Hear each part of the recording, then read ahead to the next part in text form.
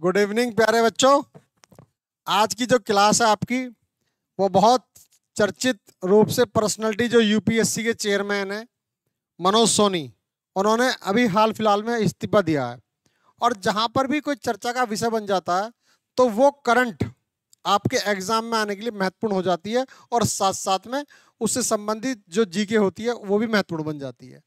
तो जो संघ लोक सेवा आयोग है जिसकी स्थापना 1935 के एक्ट के थ्रू हुई थी, लेकिन 1926 में हुई थी। लोक सेवा आयोग प्रथम जो बना था वो 1926 में बना था और उसकी जो संघीय लोक सेवा आयोग की स्थापना 1935 के एक्ट के तहत हुई थी। अभी हाल फिलहाल में मनोज सोनी बड़े न्यूज में रहे और चर्चा का विषय बना। आमतौर पर हम यूपीएससी को बहुत ही ऑनेस्ट संस्थान के रूप में जानते हैं और यहाँ देश के सबसे बड़े अधिकारी इसी से बनते हैं। यानी कि अगर ये कहा जाए कि भारत की सबसे बड़ी जॉब कौन सी है तो वो यूपीएससी के थ्रू आती है। तो यहाँ जब ऐसी कोई चर्चा बनती है, ऐसा कोई बदनामी वाली बात आती है तो ये एक बड़े दुख वाली बात है। तो यहाँ हाल फिलहाल में क्या हुआ है, जो संघ लोक सेवा आयोग के जो अध्यक्ष हैं यानी कि मनोज सोनी, ये याद रखना मैं बार बार नाम ले रहा हूँ, डॉक्टर मनोज सोनी, इन्होंने इस्तीफा दे दिया है। और इन्होंने इस्तीफा दिया है व्यक्तिगत कारणों से। और व्यक्तिगत कारणों में पूजा खेड़कर बहुत ज़्यादा चर्चित थी, तो उससे संबंधित विवाद था। तो ये याद रखना कि मनोज सोनी कौन है, ये यूपीएससी के चेयरमैन है जिन्होंने इस्तीफा दिया है और व्यक्तिगत कारणों पे दिया है। अब सवाल ये है कि यूपीएससी है क्या।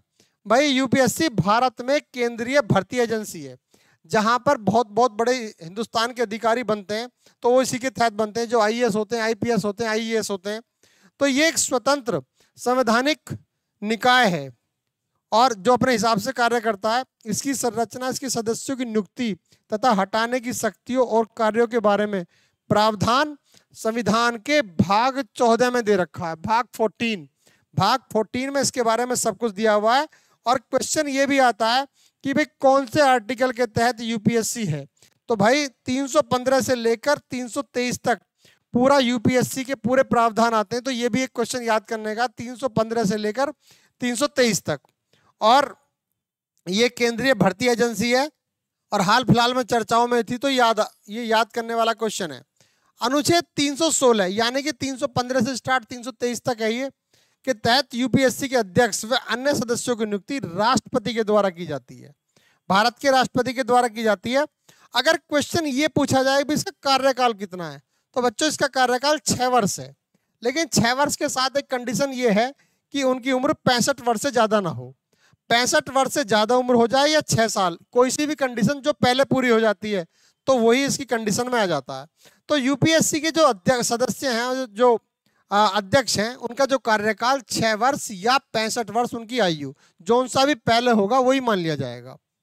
आयोग के अध्यक्ष या किसी अन्य सदस्य को राष्ट्रपति के आदेश के द्वारा दुर्व्यवहार या कदाचार के आधार पर सुप्रीम कोर्ट द्वारा, सर्वोच्च न्यायालय द्वारा अनुच्छेद 145 मतलब सुप्रीम कोर्ट के तहत निर्धारित प्रक्रिया के अनुसार जांच करने के बाद उन्हें पद से हटाया जा सकता है। लेकिन यूपीएससी का सदस्य या अध्यक्ष किसी भी समय राष्ट्रपति को अपना इस्तीफा सौंप सकते हैं। तो बच्चों छोटी सी वीडियो है, 4-5 मिनट की है।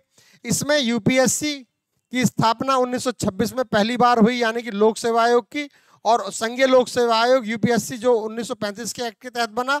हाल फिलहाल में मनोज सोनी ने इस्तीफा दिया है और इसके जो सदस्यों का कार्यकाल 65 वर्ष या 6 वर्ष है और 315 से लेकर 323 आर्टिकल तक पूरी यूपीएससी का वर्णन है। एक संवैधानिक निकाय है। इसी के साथ जय हिंद, जय भारत। फिर मिलेंगे नेक्स्ट क्लास में।